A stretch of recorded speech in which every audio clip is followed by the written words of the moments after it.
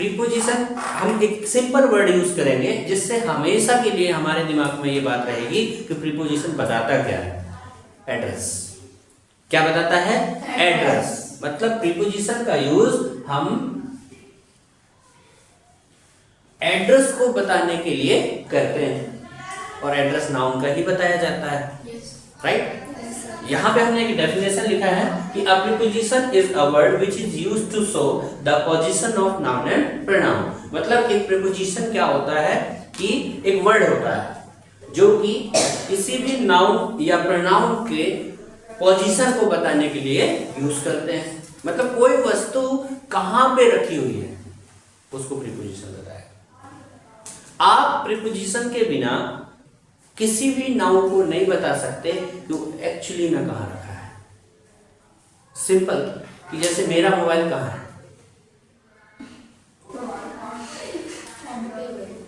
इसके ऊपर, तो ऊपर आपने बोल दिया,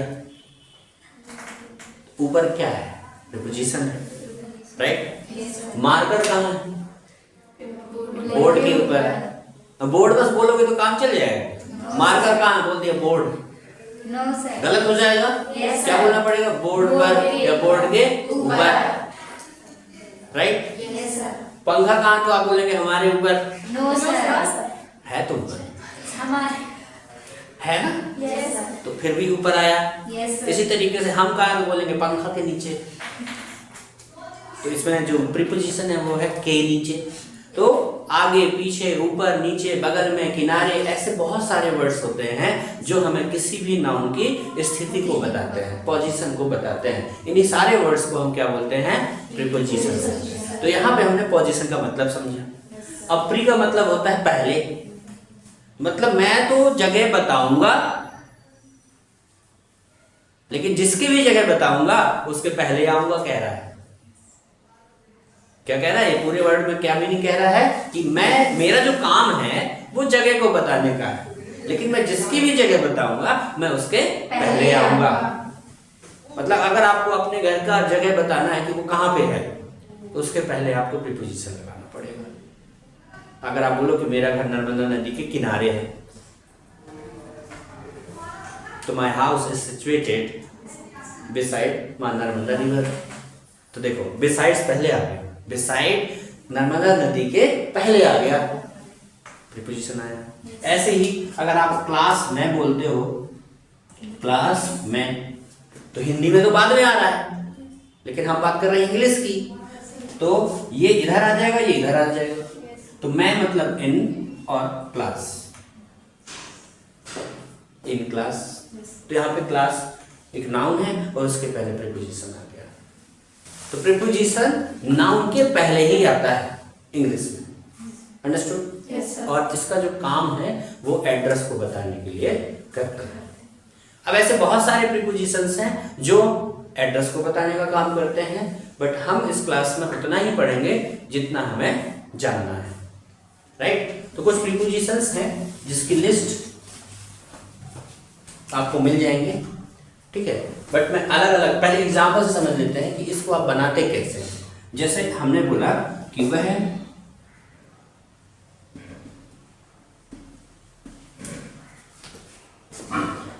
घर पर है, तो वह घर पर है मतलब वह मीन्स ही, है मीन्स इज, पर मतलब एट, और घर मतलब होम।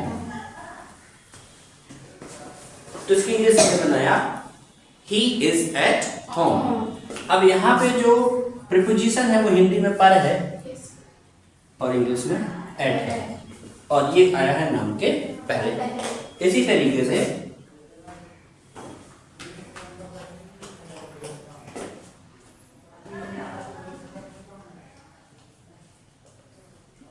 एक सेंटेंस हमने बनाया we are in the class, मतलब यहाँ पे जो प्रीपोजिशन है वो क्या है? In, right? इस तरीके से हम, ये क्लास नाउन है और उससे पहले हमने एक प्रीपोजिशन का यूज किया है। किसकी? एड्रेस को बताने के लिए। क्या है? हमारे। आप कहाँ हो? क्लास। वह कहाँ है? घर। तो किसी भी नाउन या प्रोनाउन के एड्रेस को बताने के लिए हम प्रीपोजिशन का यूज करते हैं, और उसके पहले हम मतलब उस प्रीपोजिशन का यूज जो है नाउन के पहले ही करते हैं। Got it? राइट। तो इनका जो यूज है इन जगहों पर किया जाता है। पहला हमने देखा कि जब कोई वस्तु किसी वस्तु के अंदर पैक होगी तो हम उसमें इन का यूज करेंगे। दूसरा कि जब भी आपको ईयर लिखना हो 2010, 2011, जब भी आपको कोई भी ईयर लिखना हो तो आप उसमें इनका उसके पहले इन लगाना ही पड़ेगा।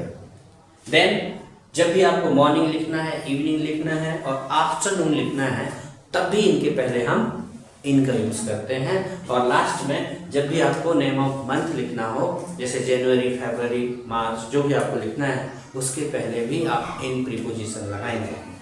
ध्यान रखना है प्रीपोजिशन जो हम यूजेस पढ़ रहे हैं तो वो यूज तभी अप्लाई होते हैं कि वहां पे और कोई दूसरा प्रीपोजिशन ना आ जाए। अगर दूसरा है तो ये नहीं लगेंगे। प्रीपोजिशन तो अकेला आएगा ना, दूसरा आएगा तो ये नहीं आएंगे। वो भी एग्जांपल के साथ समझेंगे, ठीक है? एग्जांपल देखिए कि फर्स्ट वाले का क्या बनाते हैं। जैसे पहला एग्जांपल तो आप बना सकते हैं वी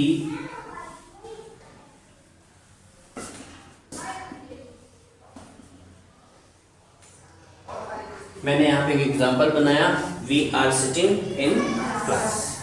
तो यहाँ पे क्लास में हमने इन क्यों लगाया? क्योंकि क्लास जो है वो पैक चीज होती है ना। इसी तरीके से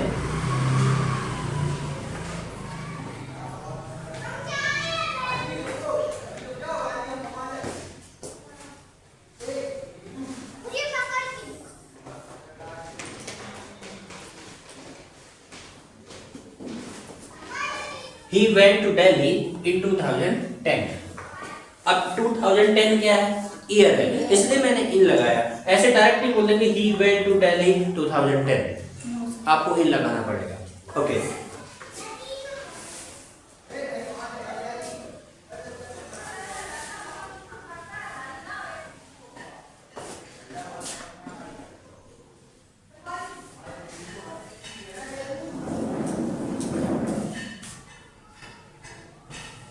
We go for a walk in the evening।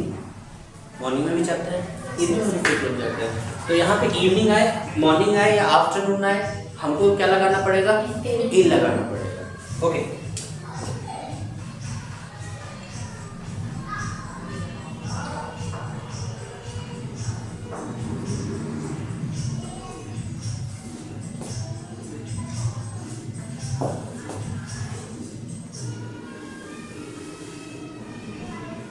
क्या लिखा है? Winter vacation comes in December, right? तो ये दिसंबर क्या है? Name of month, right?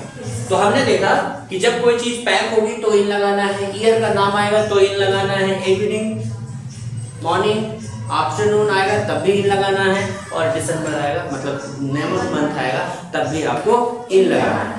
ये जो चार प्लेस हैं वहां पे आप आंख मूंद कर इन लगाओ, जब भी आएंगे इन लगाना है। पहली बात। दूसरी ये कि अगर इनके पहले कोई और प्रीपोजिशन है तो नहीं लगेगा। मान लीजिए सेंस चेंज हो जाता है। फिर जैसे यहाँ पे लिखा है we are sitting in class, फिर दूसरा लिखा है he went to Delhi in 2010। तो यहाँ पे 2010 की जगह कुछ मतलब इस इन की जगह कोई और दूसरा प्रीपोजिशन पहले से होता तो हम इन नहीं लगाते। के यूजेस तो हमने देख लिए कि हम कहाँ करेंगे, लेकिन ये हमेशा हमको याद नहीं रहेगी। तो सर आप कुछ ऐसा ट्रिक बता दीजिए हमको कि हमको सेंटेंस को पढ़ते ही ये समझ में आ जाए कि इसमें इन लगेगा। इम्पॉसिबल तो नहीं है कि इन सबको आप याद ना रख सको, पर हो सकता है एग्जाम में ही हमको याद नहीं आता, या जब भी इनके मतलब यूज करना हो तो याद नहीं आता, भले दिमाग में रहे वो बात, राइट?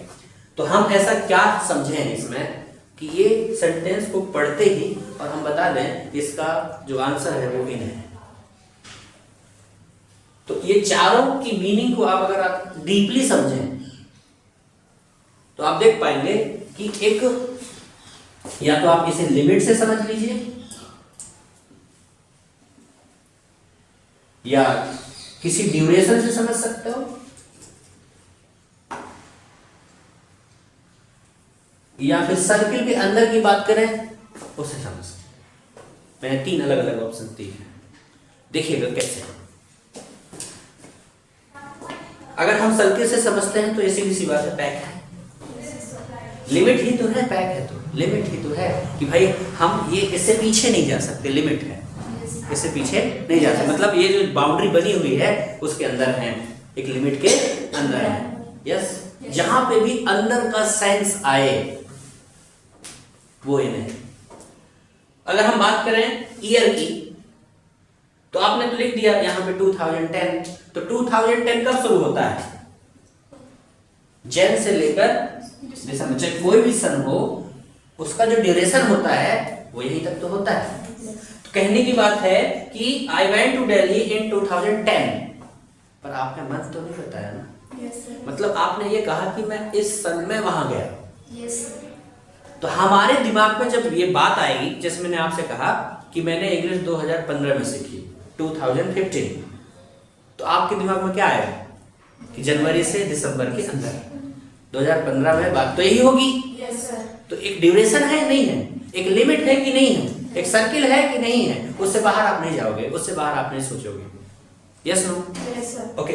इसी तरीके से एक दिन का जो limit of period of time होता है वो 4 होता है। एक मॉर्निंग है, आफ्टरनून है, इवनिंग है और नाइट है। पर इसमें तो नाइट नहीं है। तो क्या मैं नाइट को भूल गया लिखना? नहीं, नाइट अगर यहाँ नहीं लिखा है मतलब नाइट में इन नहीं लगाएंगे। चलिए देखते हैं आगे। ये जो एट प्रीपोजिशन है इसका यूज जो है वो फिक्स प्लेस बताने के लिए और फिक्स टाइम बताने के लिए करते हैं। मतलब आप ये तो बोल दो कि हम डिंडोरी में हैं, लेकिन सामने वाले को थोड़ी ना पता चलेगा कि है कहाँ। तो आपने फिक्स प्लेस थोड़ी ना बताया, राइट? तो जब आप किसी भी व्यक्ति को या कहीं भी आप फिक्स प्लेस बताते हो कि कोई चीज यहाँ पे एक निश्चित जगह पर रखी है, तो उसको हम एट से बताएंगे। या अगर आप कोई भी काम करते हो तो उसका आप फिक्स टाइम बता दो। अभी इन वाले में हम फिक्स टाइम नहीं बताए थे। आपने कहा कि मैं दिल्ली दिसंबर में गया, फिक्स टाइम बताया? दिसंबर में कब गए? जनवरी से दिसंबर के नहीं, दिसंबर मतलब भाई 1 तारीख से लेकर 30 तारीख के बीच में कब गए? फिक्स टाइम नहीं बताया, मतलब एग्जैक्ट होना चाहिए। ऐसे ही आपने बोला 2010 में गए, पर कब गए? एक तरीके निश्चित तो है कि भाई आपने 2000 निश्चित टाइम बताया, वो सिंस और फॉर के लिए हमने समझा था, वो अलग मैटर है। पर यहाँ पे 2010 तो बोल दिया, लेकिन फिक्स है क्या? प्रीपोजिशन के हिसाब से नहीं है। जनवरी में गए, फेब में गए, कब गए, यहाँ पे ईयर के हिसाब से नहीं बताया। तो कुल मिला के जब आप फिक्स बता देते हो कि मैं ये काम को इतने समय किया, जैसे मैं सुबह 6 बजे उठता हूँ। अच्छा, पहले बोला मैं सुबह उठता हूँ, पर सुबह मतलब कब?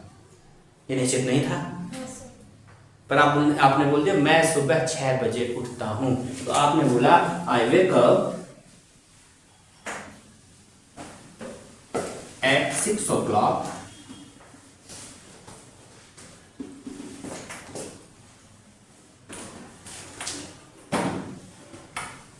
एक एग्जांपल है ना, यहाँ पे 2 प्रीपोजिशन यूज हुए हैं। आई वेक अप ब्लैंक, 6 तो मैंने लिखा नहीं। I wake up blank 6 o'clock blank in the morning. 2 blank है, ऑप्शन हमारे 3 है, राइट? मैं ऑप्शन यहाँ जरूर नहीं दे रहा हूं, लेकिन यहाँ पे है। हर सेंटेंस में आपके 3 ऑप्शन आ रहे हैं, इन, एट, ऑन। हमने देखा कि ये फिक्स टाइम है, हमने एट लगाया। हमने देखा कि ये एक निश्चित ड्यूरेशन है, हमने इन लगा दिया। Yes no? इसी तरीके से जब आप नून की बात करेंगे या फिर नाइट की बात करेंगे तो हम एट लगा देते हैं।